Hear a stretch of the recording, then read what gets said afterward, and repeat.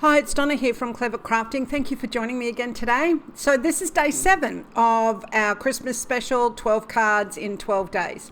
I just wanted to quickly show you the items that I've been using. So this is the stamp set that I've been using and the matching dies. Then there's also the metric rectangles that I use all of the time in crafting, and the circle dies. I will put a link for these all down below. But I just wanted to cover, exactly what it is that I'm using. So in preparation for this video today, I've already set up my die cutting. So I've taken the third largest metric rectangle. Of course, I've just said the name and now I forgot it, had a mental blank. I've grabbed a circle and you can see that, it's about the 5th or the 6th one from the center. I've got another couple of circles that I've already cut that I'll be using. You can see that on this next piece I've also got a circle, but it's considerably smaller. So I've got two middle-sized ones, a large one and a small one, and then on this one I've got another metric rectangle. This is for my layering. So I've cut them all now, and now it's time to start to put this together. And you can see that I've cut the circle out of the green rectangle. We're not going to see that hole because I'm going to cover it with this vanilla piece of card. It's not quite cream. It's, just a nice vanilla-y color. Just an off-white, really. It's lovely. And I'm just going to center that so we can just see that little bit of green all around the outside.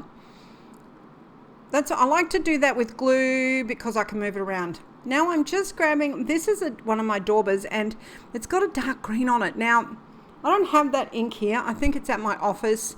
It's a Stampin' Up! Ink. I'd love to tell you the name, but I can't remember what the name is. So anyway, it's a dark green that I'm just putting around the outside. It's a dye ink, and just to give a little bit of dimension to my pieces. And I'm even doing it to the plain colored green circle that I'm using here. And moving on now, I just want to plan it a little bit, decide where all my pieces are going to go. So of course this looks like I'm just putting this together and it's beautiful, but I did kind of practice it and have a fair idea of where I wanted it to go anyway. So that's kind of the layout that we're going to have on the card today. So the green one, the plain colored one, is where I'm going to put my greeting. And I think that I'm going with Have Yourself a Merry Little Christmas. I think that's the one I used on this. So because it's on green, I'm going to heat emboss it on there. I've actually got some cream embossing powder. Now, most of the time I just go off screen and do this, but I wanted to show you the process here. So I've put it in my stamping platform. I have covered it with the anti-static powder. I am just stamping the greeting down, and I've used Versamark ink because it's the best ink for embossing. It's a sticky ink. And now I'm just going to remove it off my stamping platform that I've actually got a sticky mat on to help me hold things down. I'll just move my platform away for a minute. Now here's my little pot of cream colored powder. I have no idea what brand this is, but for the most part I use Wow powders. Wow branded powders, but I have no idea what brand this is, but it's a lovely color. It's a creamy color. It's that nice vanilla-y that will match the vanilla layer of my card. So I'm just going to grab some tweezers and tip that off. Obviously I'm doing this over paper because I want to be able to feed it back into that little bottle. And I don't know if you can see here, but there's actually quite a bit of that embossing powder where I don't want it. What actually happened is when I had a closer look at the video, I didn't actually put that anti-static powder bag all over it. So I grab a paintbrush here and I'm just wiping off it. It's particularly down the bottom, and you'll see that in the final shots that there's still little specks around, but it could be snow, it could be anything really. All right, so I'm also decided to give you a close-up of the melting because although I know what it looks like, there's probably some of you out there that don't know what it looks like. And when the embossing powder melts, it changes color slightly and it becomes quite solid, so it's beautiful.